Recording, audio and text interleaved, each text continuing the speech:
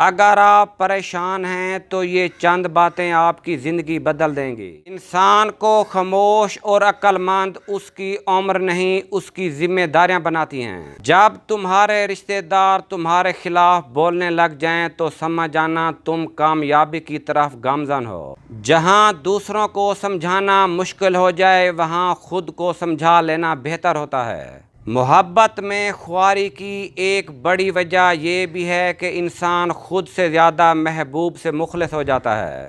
ज़िंदगी में मौका देने वाले को धोखा और धोखा देने वाले को मौका कभी ना देना।